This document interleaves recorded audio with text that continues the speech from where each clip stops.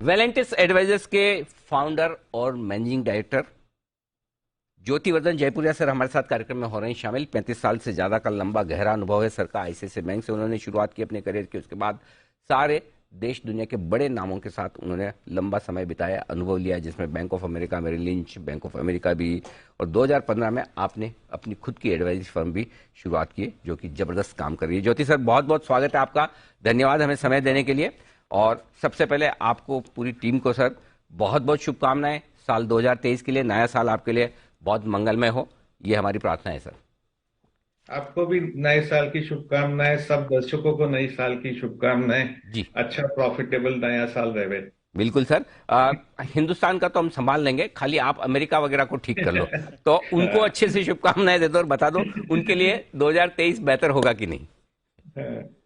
तो देखिए, मार्केट इस साल काफी खराब था वहां पे। जी भारत में इतना देखने को नहीं मिला। तो उस हिसाब से मेरे ख्याल से पूरा 2023 देखे तो वहां का मार्केट इस साल से बेटर रहेगा। इस साल तो काफी नेगेटिव रिटर्न आए थे, तो मेरे ख्याल से फ्लैट टू स्लाइटली पॉजिटिव हो सकता है। पर पूरे साल में देखे तो शायद है ना, तकलीफें रहेगी।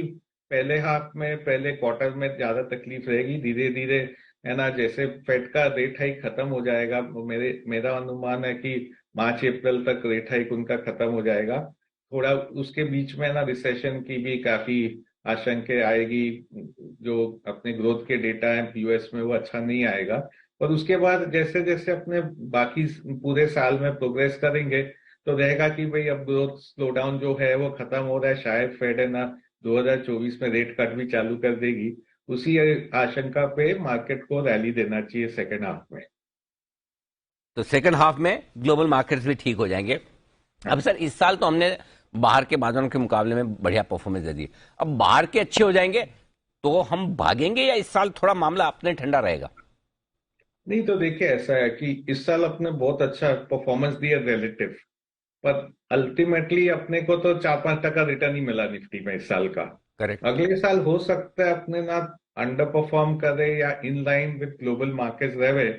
पर है ना, हो सकता है रिटर्न ज्यादा आवे। इस साल 5 आया तो अगले साल हो सकता है 8 से 10% रिटर्न आ जाए, क्योंकि ग्लोबल मार्केट भी बेटर रहेंगे तो अपने थोड़ा अंडर परफॉर्म कर सकते हो सकता है इन लाइन विद मार्केट हो सकते हैं।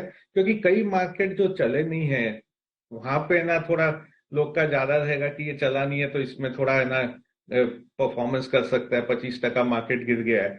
और दूसरा है, जो वैल्यूएशन है भारत के, वो काफी महंगे हैं। तो यदि अपने इमर्जिंग मार्केट का पी देखे और भारत का पी देखे, तो भारत का पी करीब डबल है इमर्जिंग मार्केट पी से। अपना करीब 19 एक पी है, वहां पे ना 9.5 का पी है। तो एक तरह से वैल्यूएशन डबल है। तो ये जो है वैल्यूएशन डबल, वो थोड़ा नैरो होना पड़ेगा।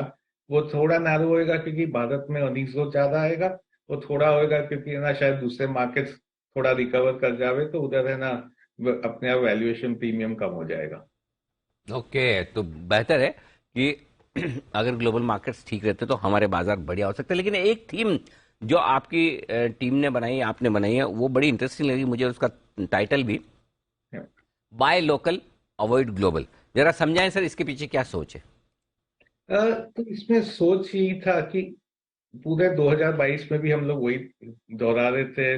पिछले साल भी 6-8 महीना वही दोहराए। अ, भारत अगले 4-5 साल में वर्ल्ड का सबसे फास्टेस्ट ग्रोइंग इकोनॉमी होने वाला है।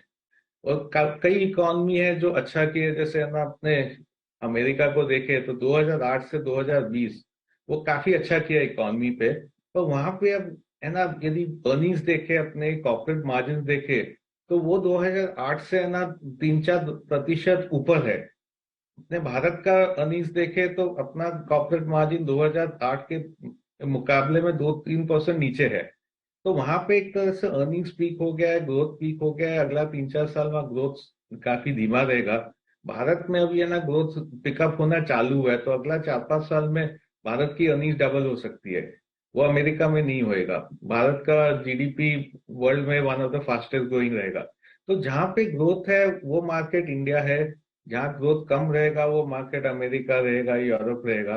तो इसीलिए जो सेक्टर्स भारत की ग्रोथ को प्ले करते हैं उस पर खेलना चाहिए। तो इसीलिए हम लोग का था कि लोकल मतलब जो भारत के सेक्टर्स हैं उसको खेलना चाहिए, और जो एक्सपोर्ट ओरिएंटेड या जहां पे ग्रोथ आता है यूएस के कारण या यूरोप के कारण, उसको अवॉइड करना चाहिए। तो बिल्कुल, तो भारत के जो जुड़ी हुई थीम है उस पर फोकस करें।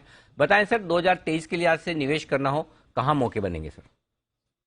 अ, तो दो तीन तो थीम है जो हम लोग खेल रहे थे इस साल, काफी अच्छा की। एक तो बैंकिंग बीएफएसआई का जो थीम है, तो बीएफएसआई का थीम कंटिन्यू करेगा अगले साल भी। जो इस साल आउट परफॉर्मेंस दिया उतना आउट परफॉर्मेंस अब नहीं देगा, पर दो तीन एक सेक्टर है, जैसे वहां पे माइक्रो फाइनेंस है, वो शायद वो थीम अच्छा करेगा, क्योंकि वहां पे भी है ना अच्छा अभी एनपीएल कम हो रहा है, तो एक वो थीम है। बैंक्स का थीम है ही, जो कॉर्पोरेट बैंक्स है वो है ना अगले साल भी अच्छा करेंगे, तो वो एक थीम हम लोग खेल रहे हैं। दूसरा थीम है जो इस साल कई सेक्टर्स थे जहां पे डिमांड अच्छा था, टॉप लाइन अच्छा था, तो मार्जिन काफी गिर गए थे क्योंकि रॉ मटेरियल प्राइसेस बढ़ गया था। तो वो सेक्टर्स है जहां पे अगले साल है ना एक तरह से मार्जिन नॉर्मलाइजेशन हो जाएगा, मार्जिन बढ़ जाएगा। तो इसमें मैं दो सेक्टर का आपको खाली है ना एग्जाम्पल दे देता हूँ। एक है सीमेंट। सीमेंट में क्या हुआ था कि पिछले एक साल में काफी इनपुट कॉस्ट प्रेशर थे, तो उनका कॉस्ट बढ़ गया था, और सीमेंट प्राइसेस मोर और लेस मेंटेन फ्लैट थे, तो एबिटा पर टन है वो गिर गया था। अगले एक साल में काफी कमी आ गई है उनके सब इनपुट कॉस्ट में, तो एबिटा पर टन जो है वो मेरे ख्याल से लगभग 200 से 250 रुपया बढ़ जाएगा अगले साल में। तो सीमेंट एक सेक्टर है जहाँ पे ना ग्रोथ आएगा, यदि थोड़ा स्लो डाउन हुआ हाउसिंग में, इंफ्रास्ट्रक्चर स्पेंड में, उसके बावजूद भी अर्निंग सोर्स स्ट्रांग रहेगा, क्योंकि एबिटा पर टन कॉस्ट कम होने के कारण बढ़ जाएगा। दूसरा सेक्टर है जो है ना जिसको हम लोग होम बिल्डिंग बोलते हैं, कि भाई अपने रियल एस्टेट से जुड़ा हुआ सेक्टर है। तो उसमें आता है जैसे टाइल्स और सेरेमिक्स है। इनके लिए गैस एक बहुत बड़ा रॉ मटेरियल है। गैस प्राइसेस बहुत बढ़ गए थे, तो इसके लिए मार्जिन एकदम कंप्रेस हो गए। इनके टॉप लाइन बहुत स्ट्रांग थे, पर मार्जिन बहुत ज्यादा नीचे थे। अगले साल वापस वो मार्जिन नॉर्मलाइजेशन आ जाएगा, क्योंकि गैस का प्राइसेस थोड़ा घट रहा है। तो वहां पे भी ये सब स्टॉक यहाँ पे है ना 30 से 40% इस साल गिर चुके हैं, तो अगले साल इधर है ना काफी पैसा बनने की उम्मीद है। तो एक तरह से मार्जिन नॉर्मलाइजेशन, क्योंकि कॉस्ट कम हो रहा है उस सेक्टर, उस पर ध्यान देना चाहिए। कुछ एक सेक्टर है जो बहुत ही बेहतरीन कर सकता है, बैंक, सीमेंट, कैपिटल गुड्स, ये तो अच्छे हैं ही, लेकिन होम फर्निशिंग से जुड़े हुए जैसे कि टाइल सेक्टर, ये भी अच्छा प्रदर्शन आने वाले साल में कर सकते हैं। ज्योति सर, बहुत बहुत धन्यवाद आपका समय देने के लिए और हमारे दर्शकों को अगले साल के लिए गाइडेंस और साथ ही निवेश के मौके बताने के लिए। एक बार फिर से आपको नए साल की बहुत बहुत शुभकामनाएं सर। धन्यवाद। 2023 के लिए सबको शुभकामनाएं। Thank you sir.